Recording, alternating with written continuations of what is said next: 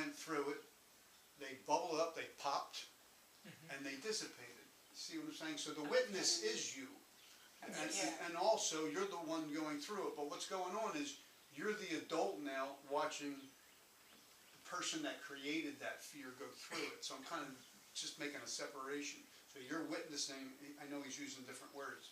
You're kind of looking at that person going, okay, Karen used to be scared of that, but the adult Karen, you know, you get that mode of meditation. Oh, look, she's scared of that, but look, there's nothing to be scared of. Something like that. Okay. I don't know how to, it's hard to put it in words, but, you know. I want it to pop. It will. But it will pop when it's ready to pop. When it's ready And to heal. it's like the fruit, you know, you want the fruit to be ripe, you want to eat the piece of fruit. But it'll be ripe when it's ripe and you've got it to eat it. So Thank just you. Yeah, two examples I gave. Right. You know, somebody had accident, injury or fear. So anyone who is treating the person, instead of hiding from that, they take them to face the situation again. Oh, right. You know, gradually. Right. So you get rid of the sanskaras. Right. If you look from hypnosis standpoint, I give you an example. If somebody as a child fell down from small height, you know, a young child, and builds up the fear of height, okay? But when it gets older, that fear continues. So somebody takes you through regression, and you become a child and watch it. But when you watch it, you are adult. Now you understand it. You see what you were afraid, you faced it. So that, oh, there was nothing to be afraid of. You cleared that sanskara. Right. Okay, I'm just giving crude examples to make sense. And like you were saying before, every fear is ultimately the fear of death. So how does that tie in? Right? That's what you're kind of saying? Yes. So really, meditation is to dissolve ego. So non-attachment, vairagya, is dissolution of ego. We don't have to kill ourselves, we have to kill our ego. I am, our identity.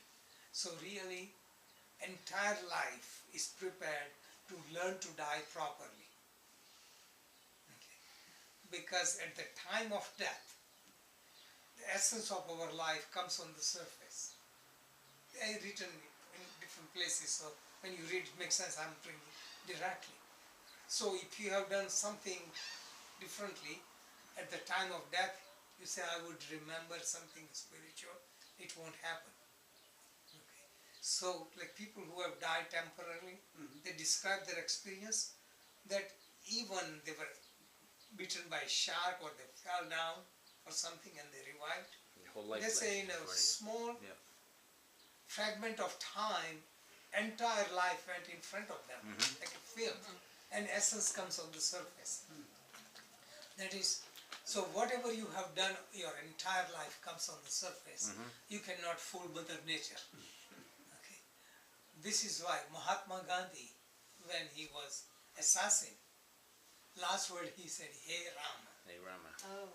And on his tomb, they wrote, Hey Rama. Why did he say Hey Ram? Because he was influenced by Ramayana from childhood on practice of morality, non-violence and truthfulness, and it inspired him so much. So mentally he was chanting Rama, and chanting Rama was like remembering and lifting up him spiritually. Okay, that is the interpretation. So last words are like that.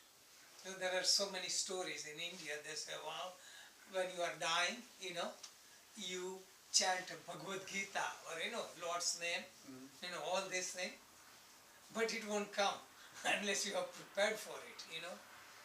So one man had several sons. He was a very wealthy man, you know. And the priest came, so he remembers God when he dies, so his next life is improved. So he looks all around. He says, where is my older son? Oh, he's here, you know. His younger son, where's my daughter? Hear this. Who is minding our hotel business? His mind was in a hotel. So he could not remember God, you know. I'm just giving crude Right, example. sure, sure. Who is minding the store? You know, everyone is here. Right. Go and take care of the things. So whatever is in your mind comes on the surface. Yeah. Even in this life, I can say it happens, like what is in your mind manifest. In my life, what I wanted manifested, you know, because this is what I really wanted. It just that direction I took. So I did not get in materialism or, you know, name, fame, power, all kind of things. Very easy because you have all the potential, and not because that was the undercurrent I call. Yeah. Okay. But that's what happens. So undercurrent. So sanskaras also depend upon undercurrent.